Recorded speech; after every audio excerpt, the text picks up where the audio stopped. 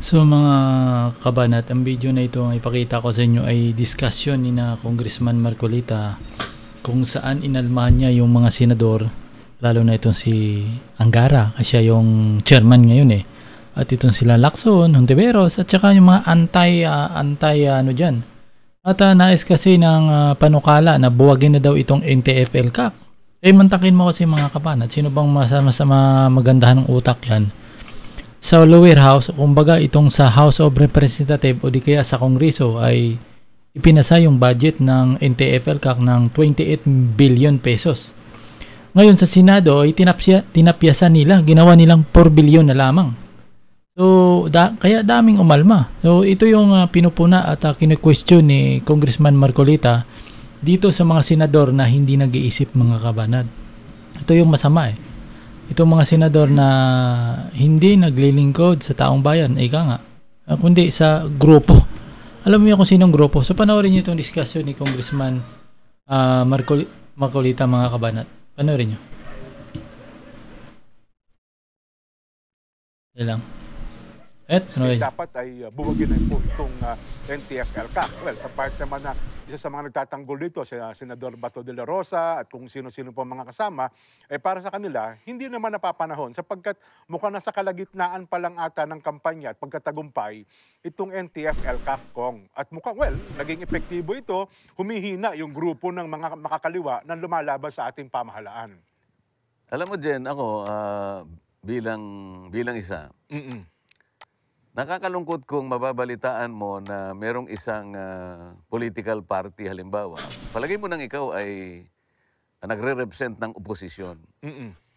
Bago mo sabihin na ang isang programa ng gobyerno ay dapat nang alisin o dapat nang buwagin, tingnan mo kung ano ang naitulong nito.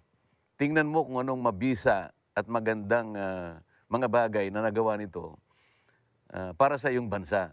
Ang pinag-uusapan natin, Jen, ay isang bansa lang eh. Iisa tayong mamamayan. Ngayon, para lamang gawin mo ito na political issue sapagkat gusto mong mag-iba ng istorya, halimbawa, gusto mong masabi na ayaw mo ang pamahalaan sapagkat kalaban mo sila sa politika, hindi isang magandang argumento na pagtalunan na alisin mo ang isang programa at hindi mo naman sinasabi kung bakit dapat mong alisin ito eh. Ang alam ko kasi, itong NTF-EL CAC sa mahabang panahon na nakakasalamuhan natin sila, Jen, ang pinaka-direction nito ay hindi yung military approach, Jen. Tama po. Ang approach nila ay makibahagi sa mga gampanin at aktibidad na ginagawa sa bawat mga pamayanan. Mga LGUs ito, Jen. Iba-iba kasi ang approach sa pagsugpo sa ating insurhensya sa ating bansa, Jen. Sa matagal na panahon, ito naman ay alam na ng ating mga kababayan, isang bukas na aklat. Tayo na lamang yata ang merong insurgency problem dito sa panig ng ating mundo na kung tawagin ay Southeast Asia. Nawala na yung mga insurhensya sa Malaysia, sa Thailand, Cambodia, Vietnam. Ito nga, mas mabagsik pa nga yung mga insurhensya dyan nung panahon na yan. Mga 1960s ito dyan. Tayo halos 50 taon na yata ang ginugol ng bansa natin. Hindi tayo makahulagpos dito sa klase ng problemang ito na kung saan napakaraming salapi ang ginagasta para lamang bakahin natin ang insurgency sa ating bansa. Ngayon, gagawin mo bang isang dahilan, Jen, na dahil hindi mo sila kakulay sa politika, dahil ayaw mo yung pamamaraan na ginagawa ng ating pamahalaan ngayon. Pero titingnan mo siguro, hindi ba nila nakikita kung ilan ang mga sa panig ng kalaban ng gobyerno ay pumupunta na rin sa panig ng gobyerno dyan. Ito'y bukas na aklat na rin. Sa mga nagtatagumpay, yung ibang approach, mapuwera pa yung military approach na ginagawa ng ating military establishment. Sa aking palagay, Jen, kailangan ituloy ito. Kailangan ituloy ito sapagkat isa ito sa mabisang paraan para yung mga lumalaban sa ating pamahalaan. Baka mayroon na sa senado rin. Makikita nila mismo, ganito pala yung ibang approaches. Nagamit rin mga senador. Hindi mabuti na tanggalin ito, Jen. Ayun na nga po. Alam niyo ko nga, sa sobrang pagkainis nga po ni Senador Bato de la Rosa na siya ay tutol din na i-abolish itong NTF-ELCAC. Sa isang panayam po, sinabi niya, ganito kung i-quote ko lang, no? Nainis eh. I-abolish kung kailan naging successful yung ahensya sa paglaban sa terorismo, paglaban sa insurhensya. I-abolish nila. Puro pamumulitika na lang talaga iniisip nila na porket nasa oposisyon sila, gusto nila na maging successful hindi maging successful itong administrasyong Duterte sa paglaban sa problema ng ating bansa. Ganun na lang talaga utak nila. Napasalita sa buwisit sila, sabi ni Senador Bato de la Rosa. Nag-react yung oposisyon kong unparliamentary niya ito. Mukhang hindi dapat gumagamit ng mga ganong terminolohiya si Senador Bato de la Rosa. Sabi ko, nakakabuisit naman eh. Bakit Yun na naman nga hindi po. mo sasabihin na bubuisit ka, di ba? Oo. Alam mo, yung expression ng pagkaasar ay kung minsan ay hindi mo naman mapipigilan dyan, lalong-lalo na kung kitang-kita mo naman na wala naman talagang batayan. Bubuwagin mo ang isang programa, samantalang nakikita mo na yung iba't ibang mga nayon, mga pamayanan ng ating bansa ay tinatanggap nila na isang mabuting paraan ito sapagkat doon sa paraan na yun nakikita nila yung intervention ng gobyerno sa iba't ibang kaparaanan. May mga proyektong naibibigay.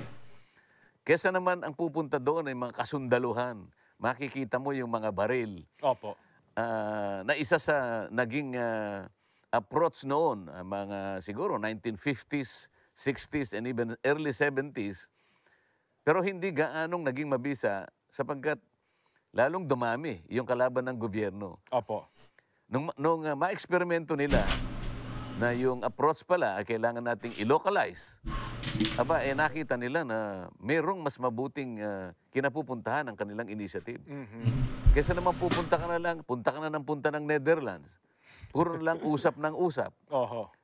Pero pagbalik mo, Ganun pa rin eh. wala ka namang nadala na mabisang kasulatan na halimbawa ay nagkapirmahan o sige, unti-unti na nating ibababa ang mga armas natin sapagkat nagkaroon ng bisa ang mga pag-uusap natin.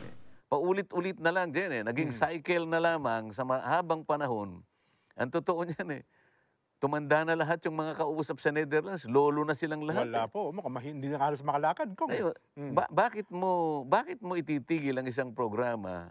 Sana man lang kung ipinresent nila. Tinitigil na po natin yan. Ito po yung mga katibayan. Ito po yung mga dokumentong mapagbabasihan natin na wala pong nagawang mabuti. Hindi eh. Ang tanging sinasabi lamang nila dyan, kung minsan nagkakadoble. Yung pondo, sabi nila, meron ka ng Department of Defense, halimbawa, National Defense. Opo. Bakit meron ka pang LCAC? NTF-ELCAC. Isa naman ay kang objective eh.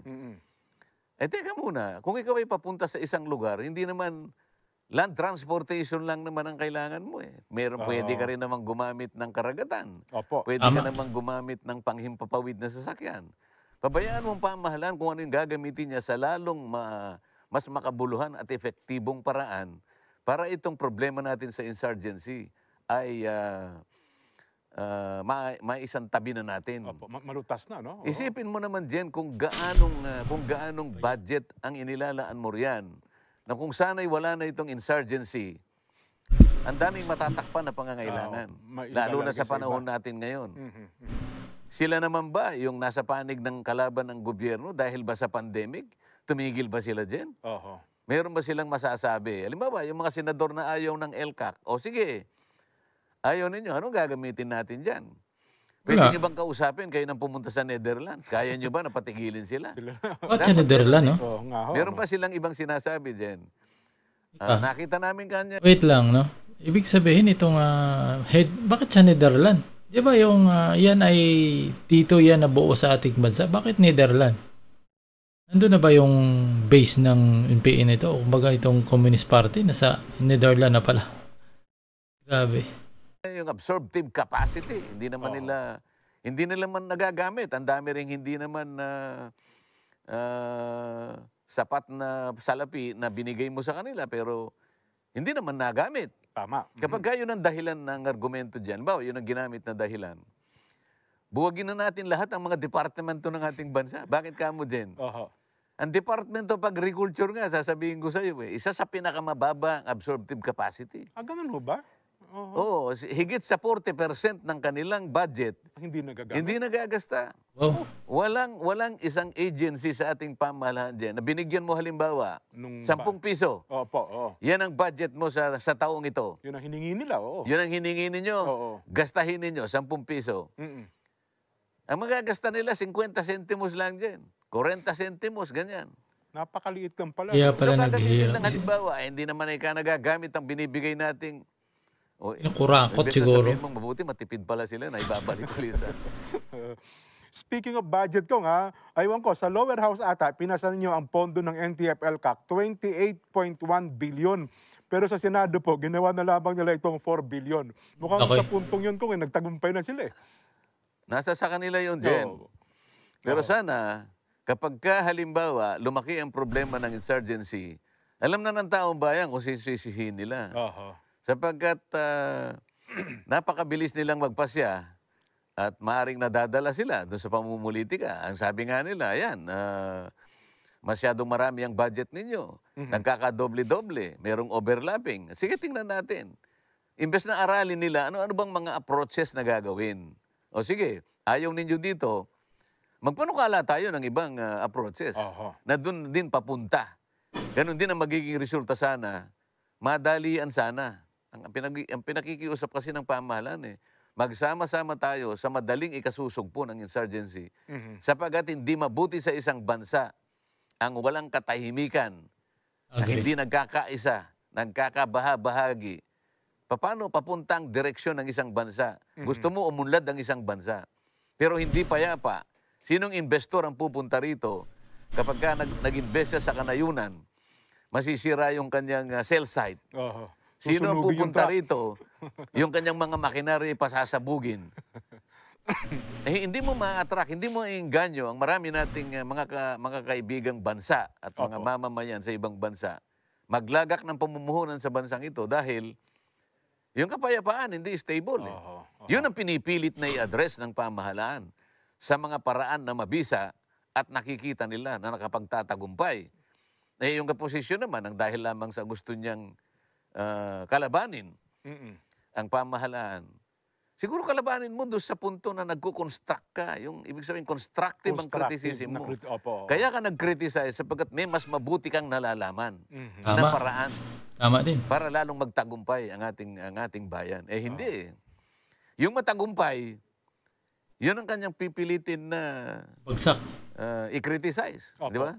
Isang mabungang puno, sabi nga nila. Yan ang babatuhin sapagkat napakaraming bunga. Ayun. Oho. Ay, nako. Anyway, So yan lang yan lang muna mga kabanat yung ipakita ko sa inyo. Yun lang kasi yung discussion ni Congressman Marcolita. Napakaganda din naman yung discussion niya. At talagang matalino itong si Congressman Marcolita eh. At yan. Nakakalungkot kasi napanood ko rin yung sinabi ni Senador Bato de la Rosa. Lang ay interview sa SME9 ko yung napanood. Hindi ko rin makuha. Baka mamaya makipiright ako doon. At saka nagalit na siya eh. Parang itong mga senador, si Angara, ay gusto talagang hindi ko maintindihan. Hinahanapan kasi nila ng report eh. Ewan ko lang bakit hindi rin nagbigay ng report itong mga At saka ang gusto ata nila, imagine mo, 4 billion na lang binigay. Anong gagawin ng NTF-ELCAC kasi buong bansa naman yung tinutulungan nila kumbaga. Nakakalungkot itong mga senador eh. Problema kasi sa mga senador ng iba, puro criticize na lang, wala naman talagang pinapakita. Tama ang sinabi ni Congressman Marcolita, dapat kung ikaw ang magka-criticize, mayroon kang mas magandang plano dyan. Di ba? Kung i-criticize ko si President Duterte, nakikita kong mali, ay mayroon akong ibibigay na tamang gagawin pag ganun. Hindi yung criticize mo, tapos wala ka namang ibibigay, ay kagaguhan yan pag ganun, di ba mga kabanat? So yan lang muna mga kabat, maraming salamat.